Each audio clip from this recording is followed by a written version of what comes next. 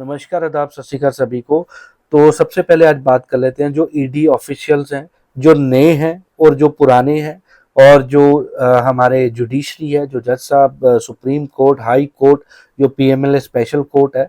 मैं उन सब का धन्यवाद करता हूं दिल से और सल्यूट करता हूं, ताकि आप लोगों की वजह से जो सिस्टम है वो आज भी बहुत अच्छा चल रहा है। पॉन्जी स्कीम्स में लोगों के पैसे लगे, लोग कुछ सुसाइड करके कुछ मर रहे हैं, कुछों की फीस नहीं है, सिबिल खराब है, पैसा है नहीं, मर मर के जी रहे हैं, छोटे छोटे काम कर रहे हैं, इलाज कराने के पैसे नहीं। उन लोगों की सुरक्षा का काम जो आप लोग कर रहे हो, आप लोगों को दिल से धन्यवाद।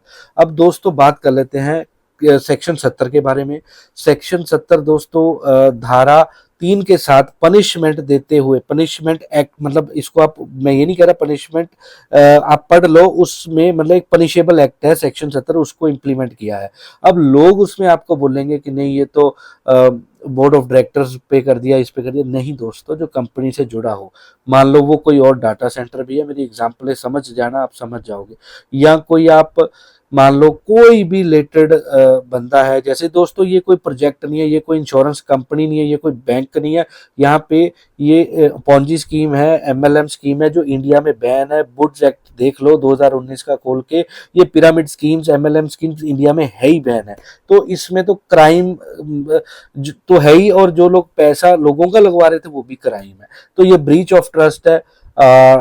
तो दोस्तों इन केसेस में ईडी को अब जो रिकवरी है वो करनी है। रिकवरी ऑलरेडी 3758 करोड़ का स्कैम है, 1800 करोड़ एज अ रेंट आया, और बाकी जो पैसा है 178 करोड़ गाड़ियां और घर जब्त करके हुआ। उसके अलावा 73 करोड़ रुपया शेयर्स, प्लस 9 करोड़ भिवंडी वाला वी नाउ का, वी नाउ इंफ्राटेक का भी डाटा सेंटर अटैच करके हुआ।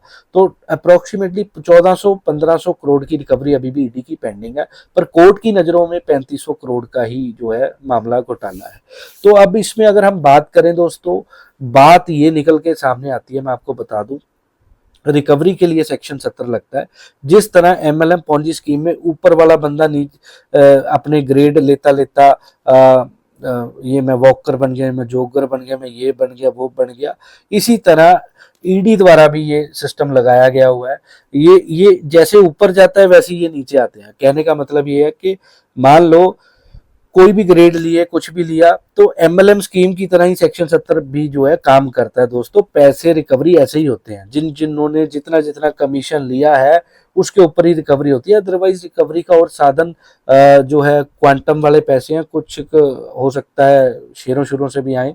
तो ये चीजें हैं। तो रिकवरी तो ईडी कर रही। अच्छा, सरकार, ईडी, जुडिशरी किसके लिए काम कर रही है? आप और हम जैसों के लिए काम कर रही है। हमने टैक्स दिए, हमने सब कुछ पे करते हैं गवर्नमेंट को, तो वो इंसाफ दिलवाने के लिए इतने लाखों लोगों को वही लोग काम कर रहे हैं। मेरी बातों को समझो।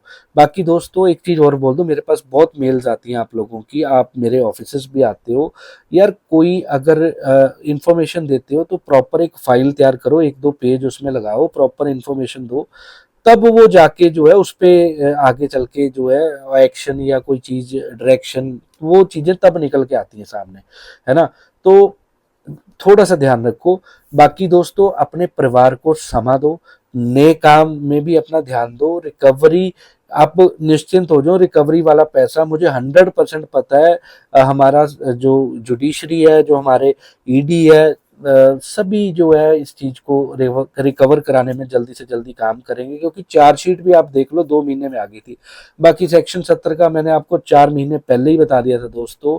मैं इन्फॉर्मेशन आप लोगों तक जो भी होती है, जो मेरे लीगल सूत्रों से जो मुझे पता होती है, मैं आप लोगों को शेयर करता हूँ। तो बस मैं यही कहूंगा दोस्तों, एमएलएम पिरामिड स्कीम से बच के रहो। आज आप लोगों के सामने मैं हाथ जोड़ के विनती करता हूँ, किस तरह से तड़फ तड़फ के वी नाउ के केस में लोग आ रहे हैं, जा रहे हैं। मैं नहीं चाहता कोई भी इन स्कीमों में या किसी और स्कीमों में आगे जाके फंसे या आपको कोई फंसाए। तो थैंक यू दोस्तों, मिलते हैं अगली वीडियो में।